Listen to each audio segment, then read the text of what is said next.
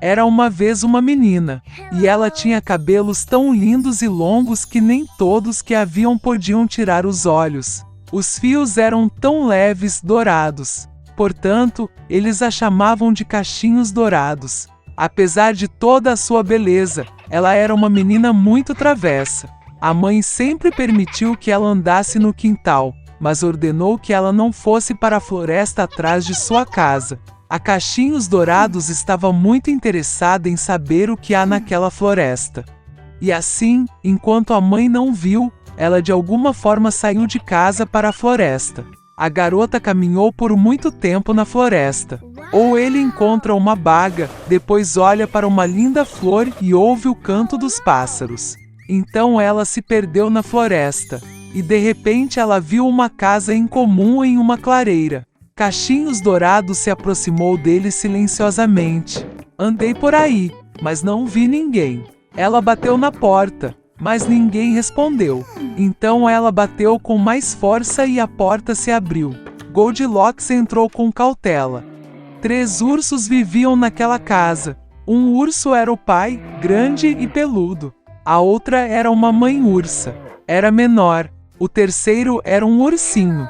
Os ursos não estavam em casa porque foram dar um passeio na floresta. A garota entrou na sala e viu 3 tigelas de mingau na mesa. A primeira tigela, a maior, era o papai urso. A segunda tigela, menor, era da mãe ursa. E a terceira, a menor, era um filhote de urso. Perto de cada tigela estava uma colher, grande, média e pequena. Cachinhos Dourados estava com tanta fome que primeiro quis comer em uma tigela grande. Ela pegou a colher maior, pegou o mingau, provou, mas o mingau estava quente demais. Então ela pegou uma colher média, pegou o mingau, provou, mas o mingau estava muito frio. Finalmente ela pegou uma colher pequena e provou o mingau da tigela pequena. Este mingau não estava quente nem frio, era perfeito. E Goldilocks comeu todo o mingau da tigela pequena. Depois de comer, a menina quis sentar-se e viu 3 cadeiras perto do fogão.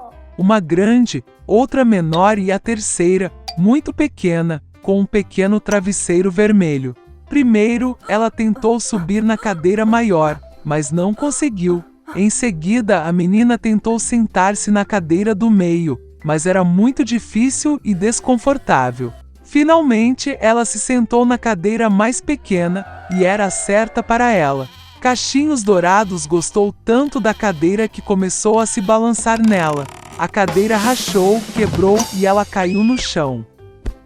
A garota se levantou e foi para outra sala. Havia 3 leitos, grande, médio e pequeno. Primeiro, Cachinhos Dourados subiu na primeira cama, mas era muito alta e dura. Deitei no do meio, era muito espaçoso e macio. A garota deitou-se na terceira e menor cama. Ela era a certa para ela. Cachinhos Dourados se sentiu tão confortável e aconchegante que ela adormeceu rapidamente. A menina estava dormindo quando a família do urso voltou para casa. Os ursos ficaram com muita fome e imediatamente foram para a mesa. Vendo sua tigela, papai urso ficou muito bravo. Alguém estava comendo meu mingau.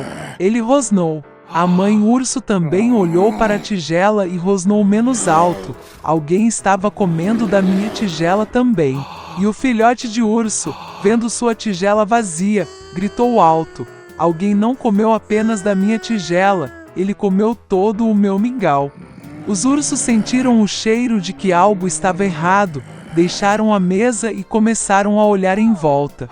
O papai urso percebeu que alguém mexeu na cadeira e rosnou com uma voz terrível. Alguém estava sentado na minha cadeira. A mãe urso olhou para sua cadeira e reclamou. Alguém estava sentado na minha cadeira e atirou do lugar.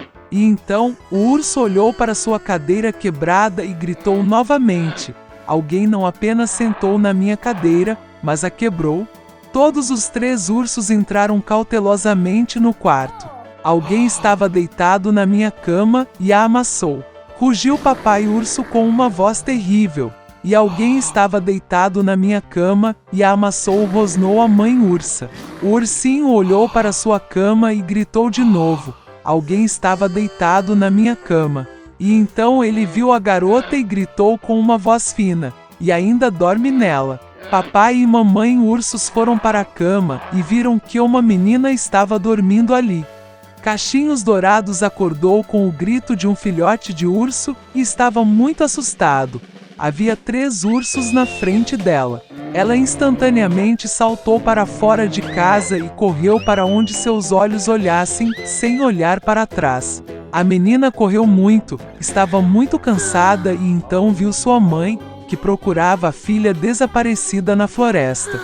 Desde então, Cachinhos Dourados sempre ouviu sua mãe e não fez nada sem sua permissão. Ela se tornou uma menina muito obediente, gentil e boa.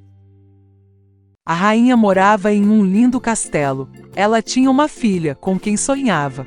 A criança tinha cabelos pretos e pele branca. Portanto, eles a chamavam de Branca de Neve. A rainha morreu logo. O rei não sofreu por muito tempo. 1 ano depois ele trouxe uma nova rainha ao palácio. Ela era linda, mas com raiva. A mulher trouxe um espelho mágico com ela. Todos os dias ela admirava seu reflexo nele e fazia-lhe a mesma pergunta: quem é a mais bela do mundo? O espelho sempre disse apenas a verdade. Portanto, elogiou honestamente a beleza da rainha, e a mulher irradiou-se de felicidade. Branca de Neve cresceu, e a cada ano sua beleza florescia mais brilhante. E agora, mais uma vez, falando ao espelho, a rainha ouviu em resposta que agora ela não é a mais bonita do mundo, mas Branca de Neve. A rainha não suportaria isso em seu próprio palácio. Ela ordenou que seu fiel servo conduzisse a princesa a um matagal impenetrável e matasse. Mas o servo não podia, nem mesmo por causa da rainha, matar a doce menina. Ele trouxe a princesa para uma floresta escura e a deixou ir. E ele mesmo voltou ao castelo e disse à rainha que havia seguido suas ordens.